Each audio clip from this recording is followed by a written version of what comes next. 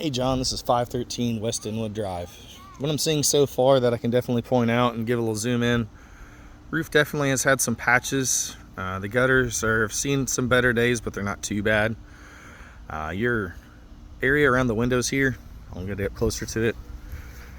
Do the outside first, then the inside. You could use a little bit of paint on the trim. You've got it flaking, some caulking, things like that. Up and around on the front, it is asbestos tile. Just keep that in mind. I don't see any real big issues with the soffits at all. They're looking pretty solid. You could, right there's a big crack where it's peeled away, so that's something to keep in mind. Your gutter has fell off over here at the carport, but the carport is pretty sturdy and does actually have a grade away from the house. The front windows in the area look like they've been replaced. Again, it's going to be a common theme. You're going to see that just needs some paint and love around the trims here, at least around the windows at this point. Now these are older windows here in the back, and it's going to be a little harder to tell, so I'm going to send it over to here. But you do have a lot of flaking and cracking, just cosmetic paint you could do on the outside, pretty much around the entirety of the house. Spacious backyard. Definitely have a pad here, so you could put a little whatever you wanted. If you're a homeowner, you could put a little patio, a little pergola, whatever you want, right? Fence seems to be completely intact. The gutter, the side, it looks like it had a sunsetter awning at some point that was electric, that you could turn on and off and kind of get some shade back here and utilize the space. A little bit of wood rot around the corners up here. Not a little bit, it's a that's just gonna break through. Old school windows, so definitely would need to replace at least 1, 2, 3, 4, 5, 6, 7 or 8, between 7 and 10, depending on how you want to do it. Again, cracking around the paint around the top up here. You just got a little bit of a just cosmetic really on this side of it. A little bit of an overgrown bush, and this is the neighbor's driveway that's right here. Just again, you've got the paint peeling around the outside. Very, very much so cosmetic. Going inside through the back door, you do have your gutters as well that are they're kind of going out and draining away from the house, which is a plus. Back door is new.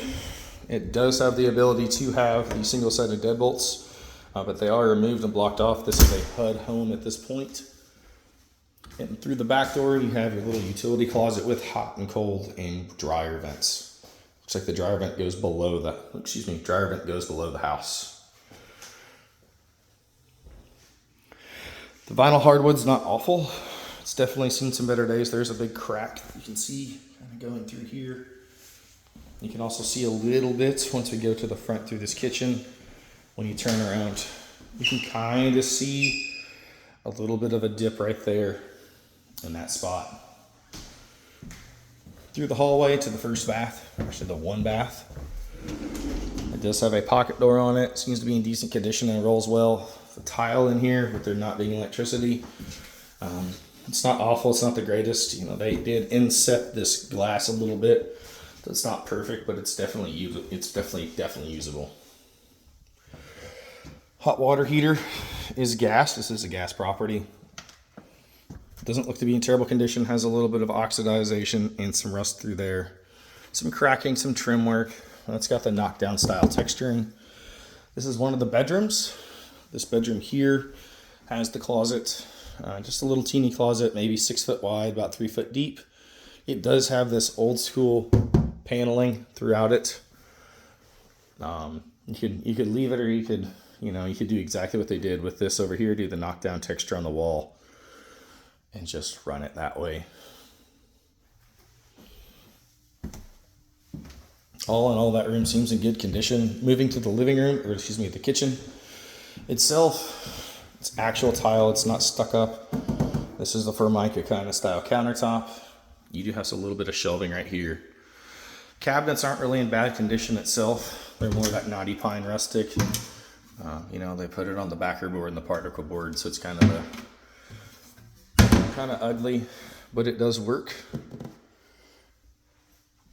This looks like a newer dishwasher. You do not have a fridge or a stove. Stove is going to definitely be an interesting one because the gas is capped off, but it is winterized. However, it's definitely going to be a smaller stove, not a more modern sized big one. Flooring overall does have some issues, as you can see right here as well, where it is kind of pulling away from itself. Not the greatest job in the world. You know, this one probably came up and they screwed it down because why not? From over here in this kitchen, in this little area, definitely had like a security camera over there on the top. Newer vinyl windows though, these look like they are just single pane, not double pane. You can definitely see there's a little bit of a settling issue, but other than that, when you put new flooring or if you just repair it, it'd be nonetheless. Probably a TV mount at that point. You do have your return air duct. Linen closet, nothing really remarkable. Kind of the plywood style ones from that are older. Now this is the second of 2 baths right through here. The tile job on this definitely doesn't need anything. You're just going about it. It's not, you could definitely rent it ready. I mean, I would probably update the exhaust fan just in case if I wanted to. HVAC is a newer HVAC system. Looks like it was installed in 2010 as well. So this was purchased last up here locally in 2010 when I found it on our MLS, but this is now HUD owned out of and represented through Dallas. The carpet in this area is not terrible. I'm not seeing any stains in this master bedroom. You know, some minor wood chips and things like that. Definitely touch up paint around the doors and around the trim. Clean it. Maybe some new hardware if you want to be frisky. Vents are just a little dirty. Double access, which is kind of interesting. And a closet with an in-wall safe. Not sure what you're going to do that with, but it's there. Maybe 5.5 foot wide, and that's pushing it. Newer windows, the trim looks all right. I'm going to assume there was either a leak at some point in this area or not, because you can clearly see that they had the paint color is now on the ceiling in this spot, and it's about a 8x4 spot up in the ceiling. But I don't see any real damage on the walls other than, you know, where they had something hung up and they couldn't figure out how to do it. This is the only spot that I've seen that has a little bit of separation, but that's it.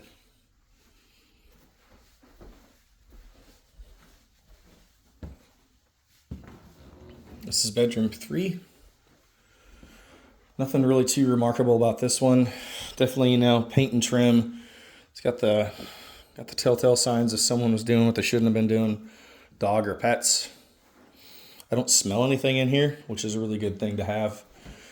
Probably 5 foot at most wide closet. Pocket doors do function. They don't get hung. Nothing too remarkable. More cosmetic than anything else. But this is 513 West Inwood.